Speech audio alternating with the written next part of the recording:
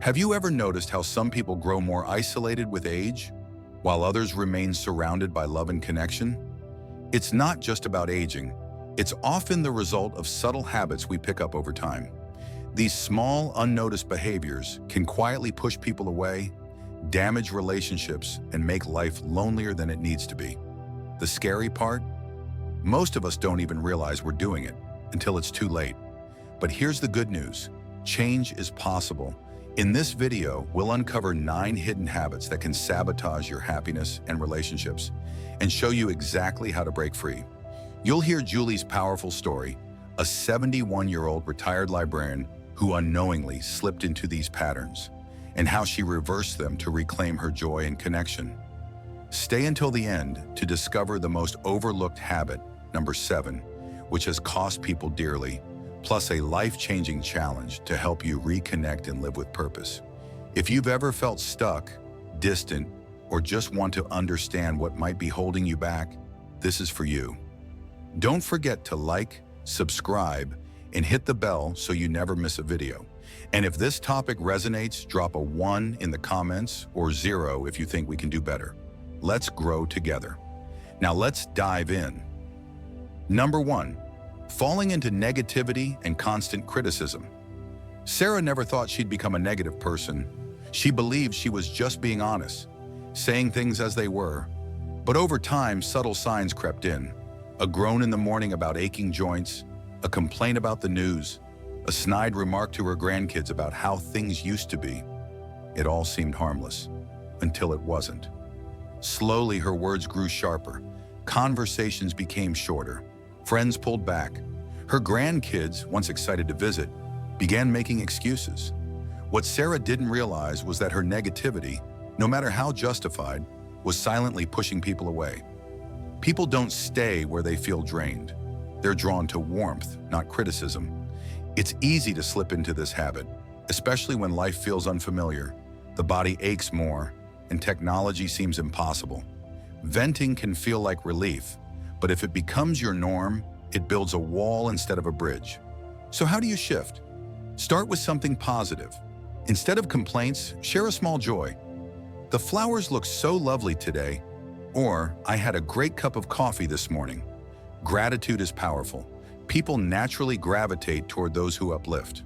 When frustration bubbles up, give it a moment, but then move forward. Replace judgment with curiosity. Instead of dismissing your grandkids' latest obsession, ask them to explain it. Tell me more about that game goes a lot further than kids these days. When Sarah made these small changes, leading with kindness, showing interest, and appreciating the little things, everything changed. Her family leaned in again. Conversations deepened. The warmth she'd missed returned. She learned the hard way. The energy you offer shapes the relationships you keep. If you want love and connection, you must first give it. It starts with your tone, your words, and how you choose to see the world around you. Number 2, neglecting personal hygiene and appearance. There was a time when Sarah took great pride in how she looked.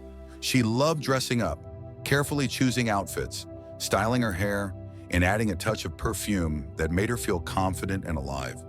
Her wardrobe was full of color, and her reflection reminded her of the vibrant woman she was.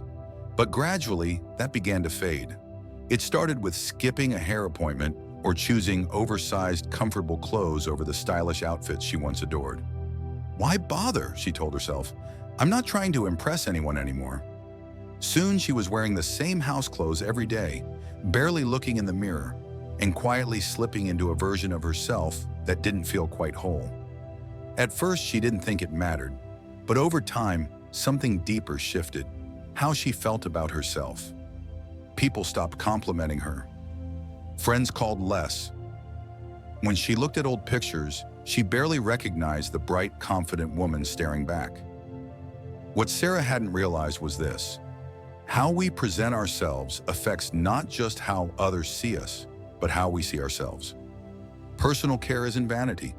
It's self-respect. It's a way of saying, I still matter. And that message begins with how we treat ourselves. To reclaim that spark, start small. Get dressed each morning, even if you're staying home. Choose clothes that make you feel good, not just comfortable. Take a shower, Brush your hair, wear that blouse you love. Even tiny actions, a spritz of your favorite scent, a dab of lipstick, a pair of earrings, can reignite your confidence. When Sarah began embracing these small habits again, something beautiful happened. Her mood lifted, strangers smiled, friends took notice. And most importantly, she saw herself again, the joyful, glowing woman she thought she had lost. That woman had never left. She was just waiting for Sarah to remember she was worth showing up for. Number 3, becoming stubborn and resisting change. If you're still watching and finding this helpful, comment 1 below to let me know you're here with me. Sarah had always taken pride in knowing what she liked and sticking to it. Her routines gave her comfort, and for years they worked just fine. So when her children and grandkids started switching to texting instead of calling, Sarah pushed back. "I don't need to learn all that," she'd say. "If they want to talk to me, they can call." But slowly the phone calls stopped coming. Family news, birthday plans, and adorable photos of the great-grandkids were being shared in group chats. Chats Sarah refused to join. Without realizing it, her refusal to adapt was quietly cutting her off from the people she loved. It wasn't really about technology. It was about connection. Sarah's stubbornness was unintentionally isolating her. Change is a part of life, and it can be hard to accept, especially when it feels like the world is racing ahead. But staying open, even just a little, keeps you involved. There's courage in saying, "I'll try." You don't have to master everything. Just take one small step. Let your grandkids show you how to send a simple text. Watch a show they enjoy. Ask questions instead of brushing new things aside. You might be surprised by how much you've been missing. When Sarah finally agreed to let her granddaughter teach her texting, she realized how easy it actually was. But what truly touched her was what followed. Daily photos, silly messages, check-ins that made her feel included and loved. By softening her resistance, Sarah didn't just learn a new skill, she reopened the door to meaningful connection. She discovered that embracing change wasn't about keeping up with the times. It was about holding on to the relationships that matter most. Number 4, hoarding and the struggle to let go of clutter. Sarah had always been deeply sentimental. Every object in her home held meaning. An old card, a stack of newspapers, clothes she hadn't worn in decades. Letting go felt impossible. Each item was tied to a memory, a part of her past she didn't want to lose. "I might need it one day," she often told herself. But over time, her warm, inviting home turned into a maze of clutter. What was once cozy began to feel chaotic. Shelves overflowed, pathways narrowed, and the peaceful space she once loved became overwhelming and unmanageable. Cleaning felt exhausting. Finding anything was a challenge. And inviting guests? That was out of the question. Shame had taken its place at the door. Sarah believed her belongings still had value, but in truth, they were weighing her down, physically, emotionally, mentally. Her daughter gently suggested it might be time to let go of a few things, but Sarah pushed back. "What if I need them later?" Yet deep inside, she knew the clutter wasn't just filling her home. It was clouding her mind and blocking her joy. Letting go is hard. Each item can feel like a piece of your heart, but clinging to the past, whether through stuff or old emotions, can keep you stuck. It robs you of clarity, freedom, and peace. The solution? Start small, one drawer, one box, one shelf. Don't overwhelm yourself trying to do it all at once. Ask simple questions. Do I use this? Does it bring me joy? If not, it's time to let it go. Donate what others can use. Recycle what's no longer needed and pass down sentimental treasures to family who will cherish them. Make it a habit, one item a day. Bit by bit, the transformation begins. And it's not just about tidying up. It's about reclaiming your space, your calm, your ability to live in the present. Clutter doesn't just create stress, it can be dangerous too. It increases fall risks and makes moving around harder. Your home should be a place of safety and serenity, not anxiety. When Sarah finally committed to decluttering, something incredible happened. The heaviness lifted, not just from her home, but from her heart. She donated the clothes she never wore, recycled the forgotten magazines, and reorganized with intention. For the first time in years, She looked around and felt peace. Her home felt brighter, her mind clearer, and most importantly, she felt proud to welcome friends again. The simple act of letting go gave her something far more precious in return: freedom, clarity, and the joy of truly living in the present. Number 5, losing patience too quickly. Sarah never used to see herself as someone short-tempered. She had always tried to be kind, understanding, and forgiving. But over the years, subtle signs began to surface, moments when her irritation bubbled over unexpectedly. One afternoon at the grocery store, she stood in line with a full cart while a young cashier struggled to keep up, fumbling with the bags. Frustration built quickly. Why is he so slow? Can't he go a little faster, she thought? Before she could stop herself, the words slipped out. Come on, can you hurry up? The cashier's expression immediately changed. He looked down, visibly shaken. That's when it hit her. He was clearly new, nervous, and doing his best. And instead of offering patience, she had lashed out. A wave of guilt followed. Was she becoming the kind of person she had always disliked? Quick to judge, slow to offer grace? With age, it's easy to feel impatient. The pace of life around us changes, and things often feel too slow or inefficient. But giving into impatience not only makes life harder for those around us, it also steals our own peace. It raises stress levels and damages the very relationships we need most. So how do we stop ourselves from snapping? The answer lies in mindfulness. When irritation begins to creep in, pause. Take a deep breath. Ask yourself, is this really worth getting upset over? Remind yourself that the slow driver might be someone's grandfather, and the fumbling cashier could be a student trying to do his best. A little patience can go a long way. The next time Sarah saw the same cashier, she took a different approach. She smiled, complimented his efforts, and encouraged him. His face lit up, and so did her spirit. That small act of kindness transformed both their days. She realized then that patience isn't just a gift for others, it's one we give ourselves. Choosing grace over frustration leads to better interactions, lighter hearts, and deeper connection. Number 6, talking too much and forgetting to listen. Sarah had always been the storyteller of the family. She had countless memories, life lessons, and anecdotes to share, and she loved sharing them. But what she hadn't realized was how often she dominated the conversation. Her daughter, who had slowly started calling less often, finally confessed, "Mom, I love talking to you, but sometimes I don't feel like I'm really heard. It feels like our conversations are all about you." Sarah was stunned. She thought she was bonding, but she had missed something important. Every time they spoke, she would jump in with her own stories or advice, cutting off her daughter before she had a chance to share what was on her mind. In her desire to connect, she had been unintentionally silencing the people she loved. It's easy to fall into this pattern, especially as we get older. We want to share the wisdom we've gained over the years, but if we don't also create space for others to be heard, we risk pushing them away. Real connection comes from balance, knowing when to speak and when to listen. Sarah realized that to rebuild her relationships, she had to listen with intention. She began asking open-ended questions and made a point to let her daughter speak without interruption. Instead of defaulting to advice, she asked, "What's on your mind?"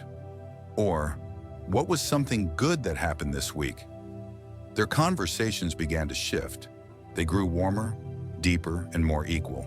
Her daughter opened up more. Their bond, once strained by one-sided dialogue, began to strengthen again. In the end, Sarah discovered a simple truth. The best conversations aren't the ones where we say the most. They're the ones where both people feel truly heard. And sometimes listening is the most powerful form of love. Number 7, pushing people away instead of asking for help. If you're still here watching and these insights are resonating with you, drop a comment below with a 2 to let me know you're still with me.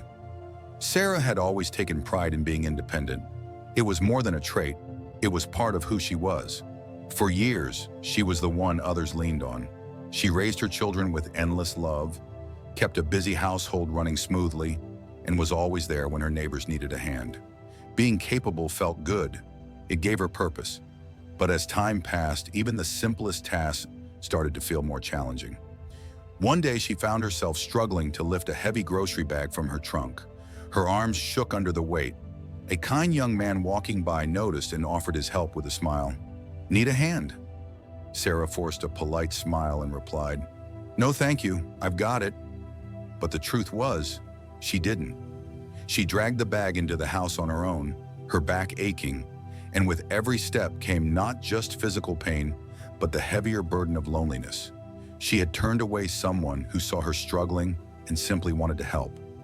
That evening, in the quiet of her home, the realization finally struck her. By refusing help, she wasn't protecting her strength. She was pushing away the very connection that made her feel human. Her pride was slowly isolating her. Independence had become a shield that kept love and support at arm's length. But here's the truth. Asking for help is not a weakness. It's a quiet strength. Letting someone help doesn't make you a burden. It creates space for care and connection. People want to help.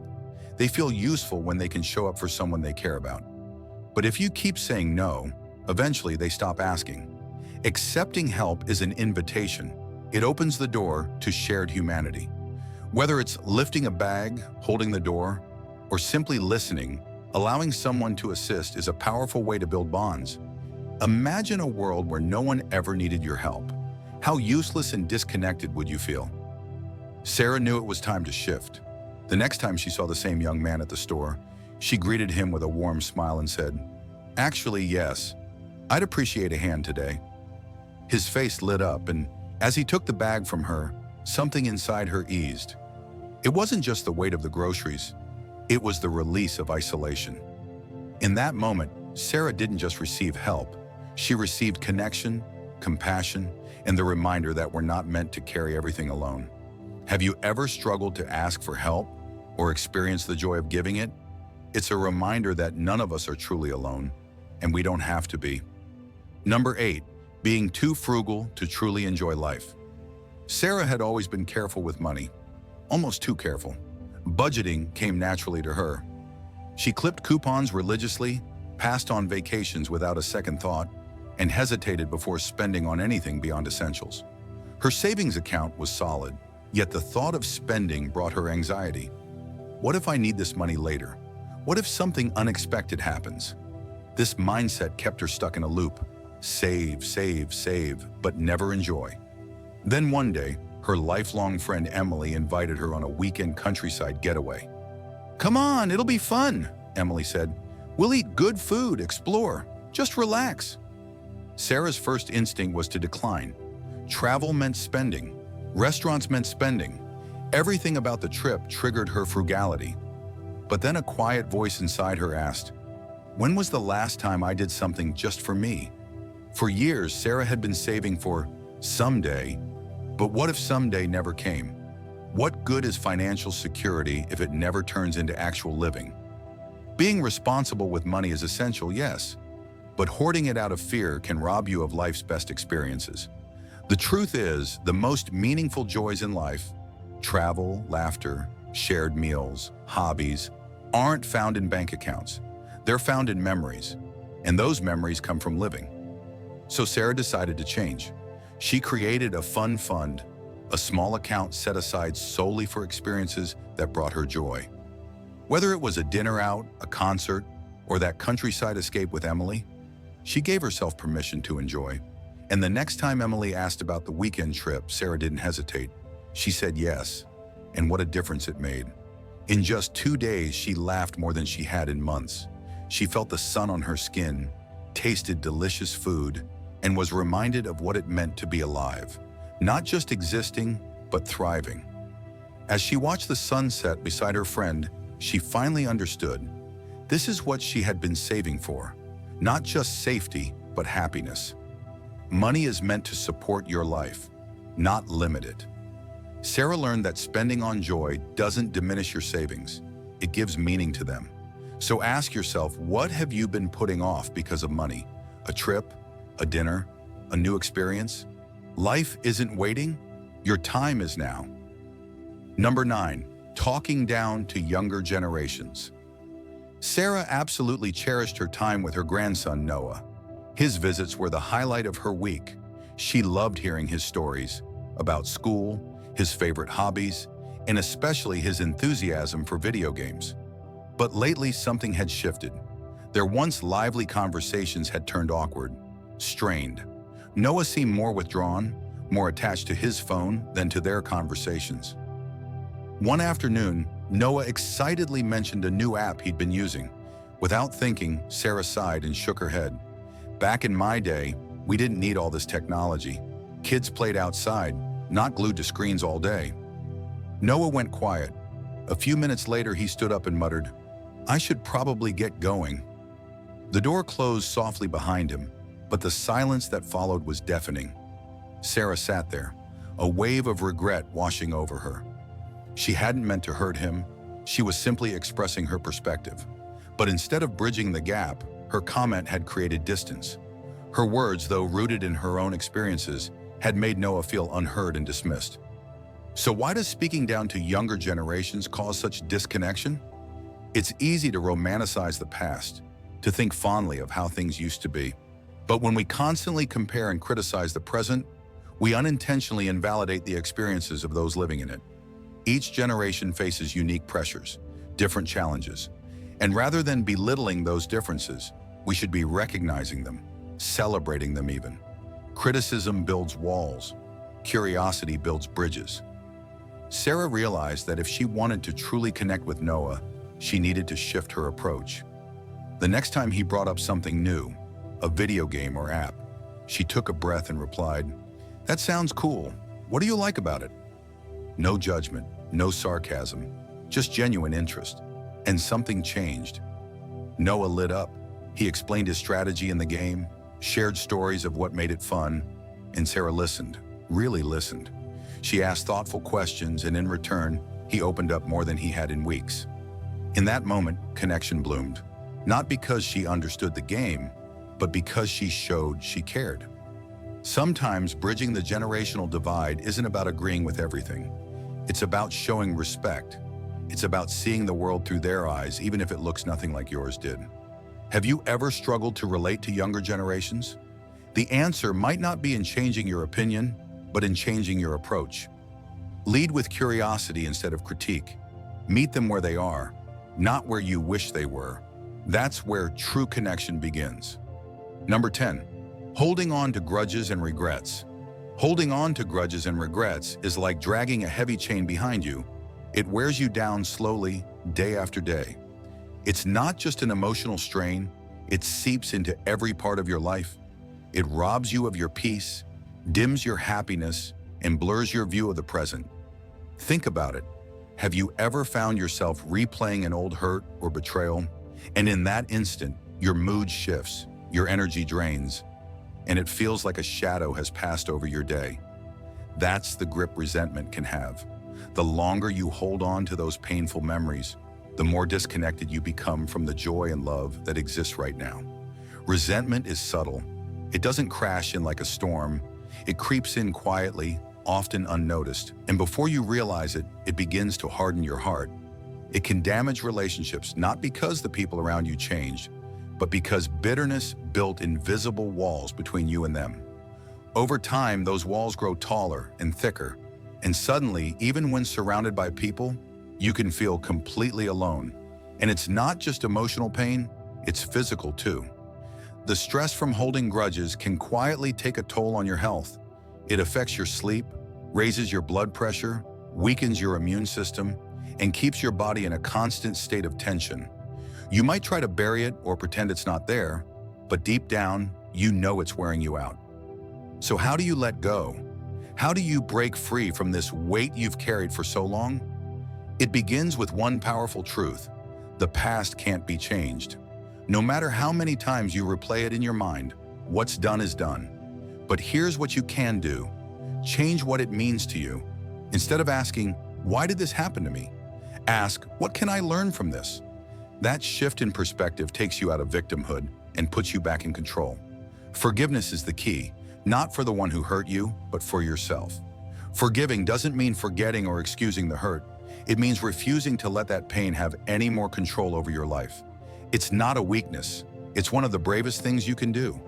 Forgiveness is choosing freedom over bitterness, healing over hurt. When those old feelings start creeping back in, pause, breathe. Ground yourself in the present moment. Redirect your focus to something or someone that brings you peace. One simple way to release lingering pain is to write it all down. Pour your heart out onto paper. Let every regret, every wound flow onto the page. And when you're done, destroy it, rip it up, burn it, let it go. That simple act can be deeply healing. That's exactly what Sarah did. She had spent years carrying old wounds, memories she couldn't seem to shake. Then one quiet evening, with a pen in hand and a heavy heart, she wrote it all out. Every hurt, every regret, every unanswered why. And when she finished, she tore it up and let it go. In that moment, something shifted. For the first time in years, she felt lighter, not just in her body, but in her spirit. The burden she had dragged behind her for so long was finally lifted. And in that freedom, she discovered peace. Letting go isn't easy, but you owe it to yourself. You deserve a life that's not defined by past pain, but by present joy and future hope. So ask yourself, what are you still carrying? And what might happen if you finally set it down? You might just find the freedom you've been searching for. Number 11, ignoring health problems. Turning a blind eye to health issues might feel like the easier choice in the moment. After all, who wants to confront the possibility that something could be wrong? But this kind of avoidance isn't just risky, it can be life-threatening. Minor symptoms that seem insignificant at first are often our body's way of waving a red flag. That dizzy spell you brushed off? It could be something as simple as dehydration, or a sign of something more serious like an early stroke. The constant fatigue you blame on aging? It might actually be a warning sign of undiagnosed heart disease. We often tell ourselves, it's nothing, it'll pass. But delaying checkups and ignoring these signs can turn manageable issues into major medical emergencies. Why do we do this?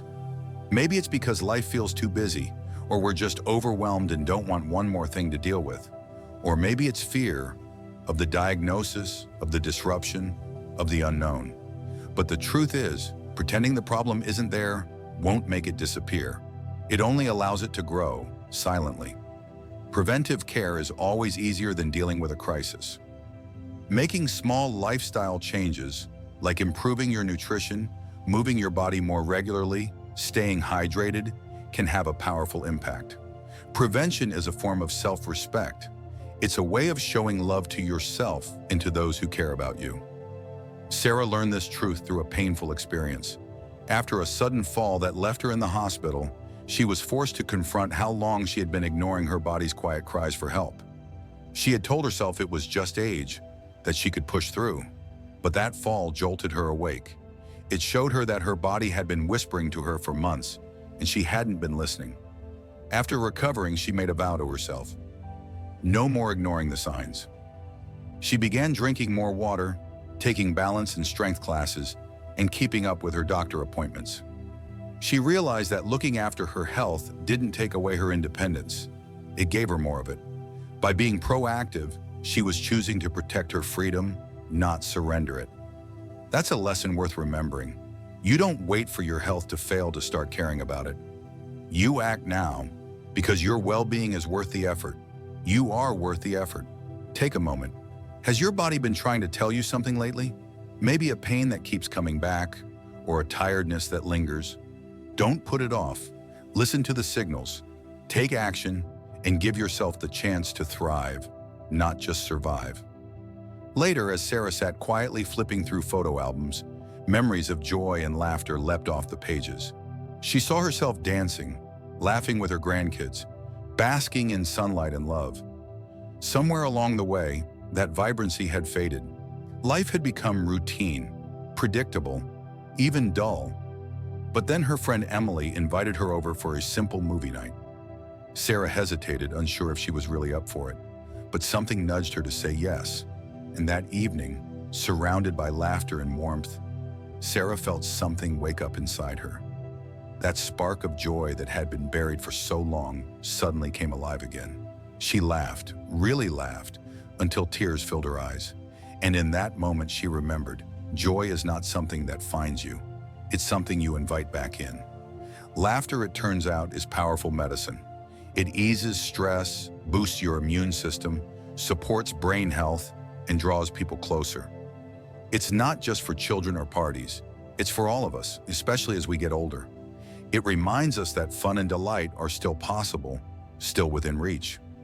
The next morning, instead of sitting in silence with the news playing in the background, Sarah turned on her favorite song and danced barefoot in her kitchen. She laughed at herself, twirled like no one was watching, and felt alive again. Joy doesn't have to wait. You can choose it right now. As we think about all we've touched on today, letting go of old hurts, caring for our health, and embracing joy, ask yourself, what spoke to you the most? What small change can you make today that could lead to a brighter tomorrow? Maybe it's choosing to forgive, finally seeing your doctor, or simply letting yourself laugh out loud. Whatever it is, hold on to it. And if this message touched you, share one thing you're taking with you moving forward. Drop a comment below. I'd love to hear it. And if you found this helpful, don't forget to like, share, and subscribe. Your support truly means the world.